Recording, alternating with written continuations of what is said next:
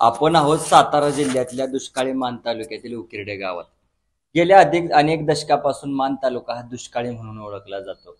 परंतु या गावाच्या माध्यमातून गेल्या काही दिवसापासून भूतकाळ, वर्तमान आणि भविष्य काळाचा वेध घेण्याचा प्रयत्न या उकिरडेवासियांनी घेतला आहे आणि त्या बाबतीत आपण त्या गावचा मागोवा घेणार आहोत।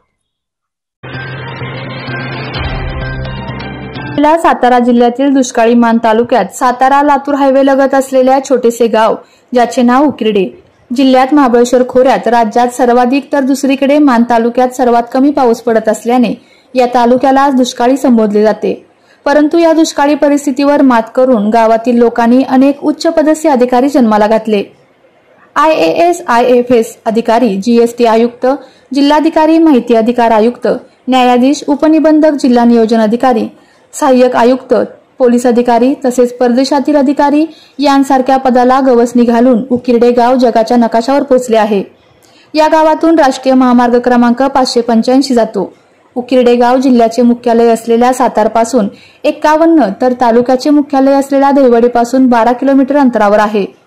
क्षेत्रफळाच्या दृष्टीने विचार केल्यास 764 हेक्टर लोकसंख्या, 535 च्या आसपास कुटुंबांची संख्या 141 असून या गावात प्रामुख्याने शेती व दुग्ध व्यवसाय केला जातो। साधारणतः सुरुवातीच्या काळात म्हणजे 17 ते 18 शतकात उकिरडे हे गाव उदयास येण्यापूर्वी सोनगाव या नावाने लोकवस्ती होती। त्यानंतर महिमानगड किल्ल्याच्या पायथ्याशी उकिरडे निगडीत जुने गाव या नावाने लोकवस्ती वास्तव्यास आली होती। त्यानंतर मारुती मंदिराजवळच 1967 पासून जुने गाव वास्तव्यास होते। त्यानंतर लोकवस्तीचे स्थलांतर होऊन उकिरडे गाव उदयास आले। 1967 च्या दरम्यान किल्ल्याचा तटाचा भाग कोसळण्यास सुरुवात झाल्याने 50 घरांचे गाव स्थलांतरित झाले। ऐतिहासिक काळात किल्ल्यावरून घोड्याची लीद खाली टाकत असत, त्यावेळी ती लीद त्या लोकवस्ती दरम्यान टाकल्याने त्या लोकवस्तीस उकिरडे नाव पडले असल्याचे जुने जाणकार बोलत आहेत। या गावात अजूनही शिवकालीन पेव हे साधन पाहायला मिळते। त्याचा उपयोग आक्रमण झाल्यास तत्कालीन कुटुंबीय घरातील सोने नाणे, गृहोपयोगी वस्तू पेवमध्ये टाकून गावकरी किल्ल्याकडे प्रस्थान करत असत। दरम्यानच्या काळात जुन्या गावातून सध्या असलेल्या उकिरडे गावात लोकांनी अधिवास सुरू केला। तेव्हापासून आजही त्या ठिकाणी गावकरी वास्तव्यास आहेत। या गावात 1992 साली स्थापन झालेले प्रशस्त ग्रामपंचायत कार्यालय व 2002 मध्ये स्थापन झालेले व शासकीय मान्यताप्राप्त क वर्ग ज्ञानप्रबोधिनी सार्वजनिक वाचनालय असून 35 पुस्तकांवर झालेली सुरुवात आता 10,500 पुस्तकांवर थांबली आहे। या वाचनालयातून आजपर्यंत अनेकांनी अभ्यास करून यशाचे शिखर गाठले आहे। छोटे गाव असूनही या गावात 2002 मध्ये वाचनालय स्थापन केल्याने गावातील बऱ्यापैकी विद्यार्थ्यांना त्याचा फायदा झाला। या गावचे ग्रामदैवत श्री हनुमान असून त्या मंदिराची स्थापना 1976 मध्ये झाली। गावात हनुमान मंदिर, ग्रामस्थ व नवतरुण गणेशोत्सव मंडळाच्या माध्यमातून मोठ्या प्रमाणावर गणेशोत्सव साजरा केला जातो। प्रत्येक दिवशी ग्रामस्थांच्या वतीने अन्नदान केले जाते। भव्य स्वरूपाचा गणेशोत्सव साजरा केला जातो। तसेच सीतानवमीचा सप्ताह देखील हनुमान मंदिरात साजरा केला जातो। या सप्ताहास गावकरी व मुंबईकर मोठ्या संख्येने उपस्थित असतात। त्याचबरोबर या गावात पूर्वीपासून पारंपरिक भजनी मंडळ व हरिनाम सप्ताह नवतरुण हनुमान भजन मंडळाच्या वतीने आयोजित केला जातो। इंदलकर कुटुंबियांचे श्रद्धास्थान असलेले श्री जानाई मळाई मंदिर महिमानगड मधील न्यू इंग्लिश स्कूल व कनिष्ठ शास्त्र महाविद्यालय लगत असून इंदलकर भाविकांचे श्रद्धास्थान असल्याने ते या ठिकाणी येत असतात। उकिरडे जुने गाव वास्तव्यास असताना मारुती मंदिर त्या ठिकाणी होते। त्याचबरोबर गावात आई भवानी माता मंदिर आहे। जगदाळे भावकी व गावातील इतर परिवारांचे ते श्रद्धास्थान आहे। तसेच गावात नुकतेच ज्योतिबाचे मंदिर देखील बांधण्यात आले आहे। ज्योतिबाची यात्रा देखील गावातील लोक उत्साहाने साजरी करतात। जवळपास 15 घरांची वस्ती असलेल्या भवानीनगर उर्फ मांजरखिळा या ठिकाणी जय भवानी गणेशोत्सव मंडळ असून तेथे गणेशोत्सव मोठ्या उत्साहात साजरा केला जातो। सन 17 ते 18 या शतकादरम्यानच्या काळात सोनगाव नावाने लोकवस्ती होती। त्या ठिकाणी पांढरा हनुमान व भैरवनाथ मंदिर तसेच प्राचीन काळातील समाधी आहेत। त्या ठिकाणी आजही गावकरी एकत्र येऊन यात्रा साजरी करत असतात। दहिवडी सातारा रोड लगत असलेल्या महालक्ष्मी मंदिरात पूर्वीपासून गावकरी व पंचक्रोशीतील भाविक मोठ्या संख्येने येत असतात। गावात प्रशस्त जिल्हा परिषद शाळा असून या ठिकाणी अंगणवाडीपासून 4थी पर्यंत शिक्षण दिले जाते। जिल्हा परिषदेची शाळा असूनही लहान मुले इंग्लिशमध्ये भाषणे करतात। शिक्षकांनी शाळेतील विद्यार्थ्यांकडून संपूर्ण शैक्षणिक तयारी करून घेतली आहे. लोकांचा समज असतो की शहरात जाऊनच मुले शिक्षण घेऊ शकतात, परंतु या गोष्टीला छेद देऊन विद्यार्थी इंग्रजीचे धडे जिल्हा परिषद शाळेत घेत आहेत. कर्मवीर भाऊराव पाटील यांची रयत शिक्षण संस्था महिमानगडमधील न्यू इंग्लिश मीडियम स्कूल व कनिष्ठ शास्त्र महाविद्यालयाची स्थापना 1967 मध्ये झाली आहे. या विद्यालयात अनेक रत्न घडले. आयुक्त, जिल्हाधिकारी, न्यायाधीश, पोलीस अधिकारी असे अनेक उच्च अधिकारी यांनी या विद्यालयात शिक्षण घेतले आहे. या विद्यालयाच्या विकासासाठी माजी विद्यार्थ्यांचे शाळा सुधारणा व विद्यार्थ्यांच्या भौतिक गुणवत्तेसाठी प्रयत्न सुरू आहेत. या विद्यालयात महिमानगड व पंचक्रोशीतून 450च्या दरम्यान विद्यार्थी शिक्षण घेत आहेत. तसेच त्या विद्यालयात अनेक जण शैक्षणिकदृष्ट्या सक्षम झाले असून त्याच गावातील एक ग्रामस्थ व्यवस्थापन समितीवर सदस्य म्हणून कार्य करत आहे. 100 पेक्षा अधिक विद्यार्थी या विद्यालयात शिक्षण घेऊन उच्च पदावर कार्यरत आहेत.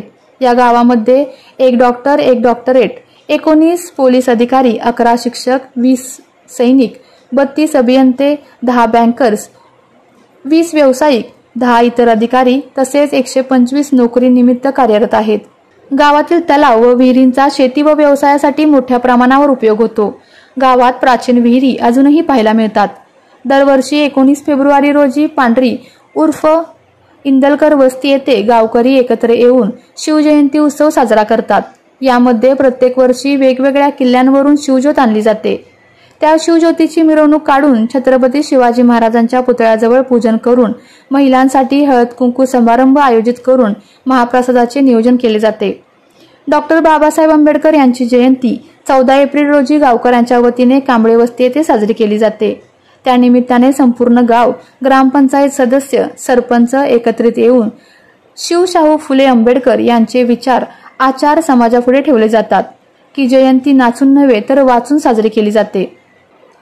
महाराष्ट्र शासनाने संत गाडगेबाबा ग्राम स्वच्छता अभियान ही योजना आणली.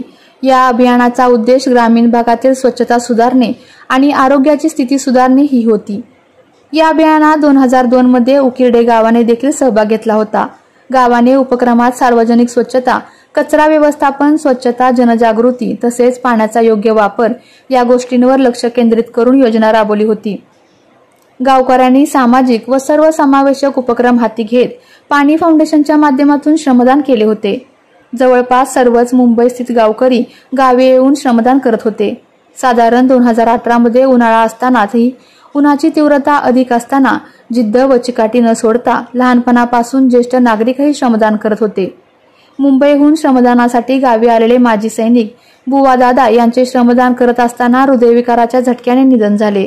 परंतु त्यांना श्रद्धांजली म्हणून एक दिवस श्रमदान बंद करून दुसऱ्या दिवशी पुन्हा त्याच जोशात व हिरहिरीने गावकरी कामाला लागले. या श्रमदानामुळे दुष्काळ व उन्हाची तीव्रता कमी प्रमाणात जाणवत आहे. या श्रमदानाचा फायदा सर्वांना होत असून पूर्वीचे पाण्याचे टँकर आता नाहीसे झाले आहेत. परंतु आज जर तुम्ही बघाल तर गावाची अवस्था थोडीशी बिकट होत झालेली आहे. बरेचसे गावकरी नोकरीनिमित्त व इतर कारणांसाठी मुंबई, पुणे, ठाणे, नवी मुंबई इत्यादी ठिकाणी स्थलांतरित झाले आहेत व गाव रिकामे होत चालले आहे. आज गावातील किमान 30% घरे बंद अवस्थेत आहेत. सध्या घरटी 1 किंवा 2 व्यक्ती पाहायला मिळतील. तसेच काही घरांमध्ये वयोवृद्ध गावकरी आहेत ज्यांचा उदरनिर्वाह पेन्शन स्वरूपात आहे. सर्वांना नमस्कार. गाव विकणे आहे. खरं तर हे बोललं नाही पाहिजे, पण काय करणार, मनात जे आहे ते लिहिलंच पाहिजे. कारण आपण सर्वजण सुज्ञ आहात, पण तळमळ कोणालाच नाही. सर्वांना स्मशानभूमी माहिती आहे. खरं तर आपलं गाव आणि स्मशानभूमी यात आत्ता काहीच फरक राहिला नाही. याला कारण पण तसंच आहे. शिक्षण, नोकरी, भविष्यासाठी आपण आपल्या गावातून जवळजवळ सर्वजण स्थलांतरित झालो.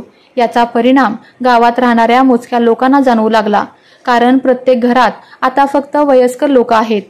त्यांना पण वाटतं आपलं कोणीतरी आपल्या जवळ असावं, बोलावं, कोणीतरी शेती करावी, आपली परंपरा चालवावी. पण काय करणार, सर्वांची पोटं इथं भरू शकत नाहीत. म्हणून काळजावर दगड ठेवून त्यांनी तुम्हाला आपल्यापासून दूर पुणे, मुंबई या ठिकाणी पाठवलं आणि खरा प्रवास इथून पुढे सुरू झाला. सकाळी लवकर उठणे, आपलं कोणीतरी सुट्टीला कधीतरी येईल याची वाट पाहणे आणि याच आठवणीत रस्त्यांवर बसून दिवस मावळायची वाट बघणे. बघा मित्रांनो, त्यांच्याकडे ना मोबाईल आहे ना गावात काही करमणुकीचं साधन आहे. खरं तर आपण सर्वजण हीच त्यांची मोठी करमणूक आहोत. पण आपल्याला वेळ कुठे आहे. आपण पूर्वी कोणाच्यात मृत्यू झाला तर मुंबईवरून त्यांची सर्वजण येत नाहीत तोपर्यंत बसून राहायचो. सर्वजण त्याच्या दुःखात सहभागी व्हायचो आणि सर्व मार्गी लावायचो. आत्ता तसं नाही. तुझं तू बघ, माझं मी बघतो. शासनाची स्मशानभूमी आणि ग्रामपंचायतीची ताटी आणि दुःखांचा डोंगर कोसळलेलं कुटुंब तुमचं तुम्ही बघा. वा. आता विचार करण्याची गोष्ट आहे की येत्या 10 वर्षांनंतर जुनी सर्व पिढी नाहीशी होणार आहे आणि खरी कसरत गावात राहणाऱ्यांची होणार आहे. गावातील काही युवा तरुणांनी आपल्या बुद्धीच्या जोरावर आणि कौशल्यावर रोजगार मिळवला, व्यवसाय उभा केला, पण प्रत्येकाला हे साध्य नाही. पण सुट्टी असल्यावर किंवा सणासुदीला आपल्या मायभूमीत येऊन 4 दिवस आनंदाने राहावे, आपल्या माणसात दिवस घालवावे असे मला वाटते, कारण नंतर हे दिवसच राहणार नाहीत. आपल्या गावचा सातबारा कोणातरी बाहेरच्याच माणसांच्या नावे हळूहळू होण्याची चिन्ह दिसत आहेत. जर बाहेरच्या माणसांना आपलं गाव जमीन आवडत असेल तर आपल्याला का नाही आवडू शकत. पूर्वी गावात 12 महिने 12 सण साजरे व्हायचे. आता एकही सण साजरा होत नाही. विशेष म्हणजे तो साजरा करण्याची तळमळच राहिली नाही. होळीला कोणाला शेणकूट चोरावे वाटत नाही तर दिवाळीला कोणाला फटाके वाजवू वाटत नाहीत. नागपंचमी, शिरोबा, संक्रांत, बेंदूर हे तर सण नाहीसे झाले आहेत आणि जरी कोणी केले तर ते फक्त फॉर्मॅलिटी म्हणून करतात. आणि बघा ना, गावच्या ग्रामपंचायतीची निवडणूक आली की सर्वांना वेळ भेटतो.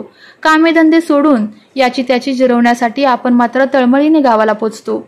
मी कालच आपल्या गावचे युवा सरपंच यांना बोललो, खरं तर सरपंच तुम्ही अशा गावचे सरपंच आहात ज्या गावात माणसेच नाहीत. ते पण मला बोलले, आपणाला काय करावं लागेल. त्यांना मी लगेच उत्तर दिलं, काहीतरी असे करावे लागेल की आपल्याला गावचं स्थलांतरण बंद होण्यासाठी काहीतरी पावले उचलावे लागतील.